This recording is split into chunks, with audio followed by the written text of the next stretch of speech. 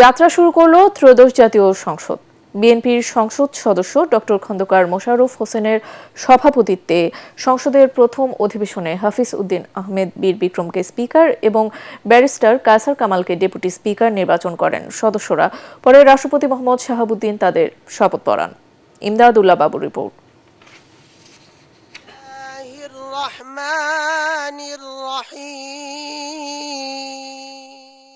পবিত্র ধর্মগ্রন্থ আল কুরআন তেলাওয়াতের মধ্য দিয়ে বৃহস্পতিবার বসে বহুল কাঙ্ক্ষিত ত্রয়োদশ জাতীয় সংসদের প্রথম অধিবেশন।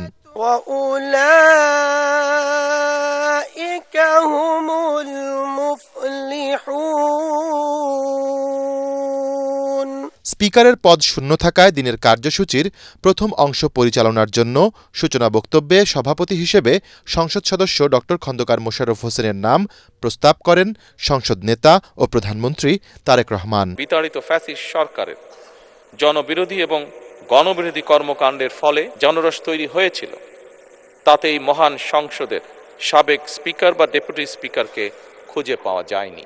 এমন পরিস্থিতিতে আমরা সংবিধান এবং সংসদের কার্যপ্রণালী বিধির বিধান অনুসরণ পূর্বক ত্রয়োদশ জাতীয় সংসদে সভাপতিত্ব করার জন্য 5 বারের মতন নির্বাচিত জাতীয় সংসদ সদস্য জনাব ডক্টর খন্দকার মোশাররফ হোসেনের নাম প্রস্তাব করছি।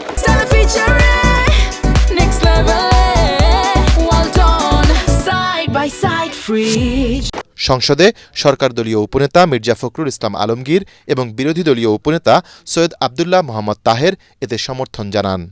আমাদের প্রধানমন্ত্রী যে প্রস্তাব করেছেন ডক্টর খন্দকার মোশাররফ হোসেনের নাম, আমি আমাদের দলের পক্ষ থেকে এটাকে পূর্ণ সমর্থন জানাচ্ছি। মাননীয় প্রধানমন্ত্রীর এই প্রস্তাবকে আমরা বিরোধী দলের পক্ষ থেকে পূর্ণ সমর্থন জানাচ্ছি। তবে এটারও খুব ভালো হতো যদি মাননীয় প্রধানমন্ত্রী বা তার প্রতিনিধি এই বিষয়ে বিরোধী দলের সাথে একটু আলোচনা করতেন। পরে সংসদ সভাপতি স্পিকার পদে হাফিজ উদ্দিন আহমেদ বীর বিক্রম এবং ডেপুটি স্পিকার পদে ব্যারিস্টার কায়সার কামালের নাম প্রস্তাব করেন। সংসদ সদস্যদের কণ্ঠভোটে বিনা প্রতিদ্বন্দ্বিতায় সর্বসম্মতিক্রমে পাশ হয় এই প্রস্তাব। হ্যাঁ জয়যুক্ত হয়েছে, হ্যাঁ জয়যুক্ত হয়েছে, হ্যাঁ জয়যুক্ত হয়েছে। পরে রাষ্ট্রপতি মোহাম্মদ শাহাবুদ্দিন নবনির্বাচিত স্পিকার এবং ডেপুটি স্পিকারকে শপথ বাক্য পাঠ করান। আমি আইন অনুযায়ী সংসদের স্পিকারের কর্তব্য এবং কখনো আহত হইলে রাষ্ট্রপতির কর্তব্য বিশ্বস্ততার সহিত পালন করিব। আমি ভীতি বা অনুগ্রহ অনুরাগ বা বিরাগের বশবর্তী না হইয়া সকলের প্রতি আইন অনুযায়ী যথাবিহিত আচরণ করিব। গত 23 ফেব্রুয়ারি ত্রয়োদশ জাতীয় সংসদের প্রথম অধিবেশন আহ্বান করেছিলেন রাষ্ট্রপতি। ন্যায়ভিত্তিক গণতান্ত্রিক রাষ্ট্র প্রতিষ্ঠায় জাতীয় সংসদের নবযাত্রা সূচিত হয়েছে বলে মন্তব্য করেছেন সংসদ নেতা প্রধানমন্ত্রী তারেক রহমান। সংসদের প্রথম অধিবেশনে স্বাগত বক্তব্যে তিনি বলেন, স্বনির্ভর, নিরাপদ ও সমৃদ্ধ বাংলাদেশ করাই বিএনপি সরকারের লক্ষ্য। প্রধানমন্ত্রী বলেন, বিতাড়িত ফ্যাসিস্ট সরকার সংসদকে দলীয় স্বার্থ হাসিলের কেন্দ্রবিন্দুতে পরিণত করেছিল। বিএনপি সরকার সংসদকে জাতীয় সমস্যার সমাধানের কেন্দ্রবিন্দুতে পরিণত করতে চায়। তারেক রহমান বলেন, দলমতের ভিন্নতা থাকলেও ফ্যাসিবাদ মুক্ত সমৃদ্ধ দেশ করতে কারো মধ্যে কোনো বিরোধ নেই। বিএনপি একটি স্বনির্ভর, সমৃদ্ধ, নিরাপদ, গণতান্ত্রিক বাংলাদেশ প্রতিষ্ঠা করতে চায়। এই লক্ষ্য অর্জনে আমি জনগণের সমর্থন এবং সহযোগিতা চাইছি। এই মহান জাতীয় সংসদে সকল দলের নির্বাচিত প্রতিজন সংসদ সদস্যের সমর্থন এবং সহযোগিতা আশা করছি। আমি বিশ্বাস করি আমাদের দল কিংবা মত কিংবা কর্মসূচি ভিন্ন হতে পারে, কিন্তু তাবেদার মুক্ত, ফ্যাসিবাদ মুক্ত একটি স্বাধীন, সার্বভৌম, নিরাপদ, স্বনির্ভর বাংলাদেশ প্রতিষ্ঠায় আমাদের মধ্যে কোনো বিরোধ থাকতে পারে না। জাতীয় সংসদকে জাতীয় কর্মকাণ্ডের কেন্দ্রবিন্দু না করে বিতাড়িত ফ্যাসিস্ট সরকার জাতীয় সংসদকে অকার্যকর করে। আমরা এই মহান জাতীয় সংসদকে সকল যুক্তি, তর্ক আর জাতীয় সমস্যা সমাধানের কেন্দ্রবিন্দুতে পরিণত করতে চাই। তারেক রহমানের নেতৃত্বাধীন বিএনপি সরকারের মন্ত্রী পরিষদে যুক্ত হলেন নতুন সদস্য।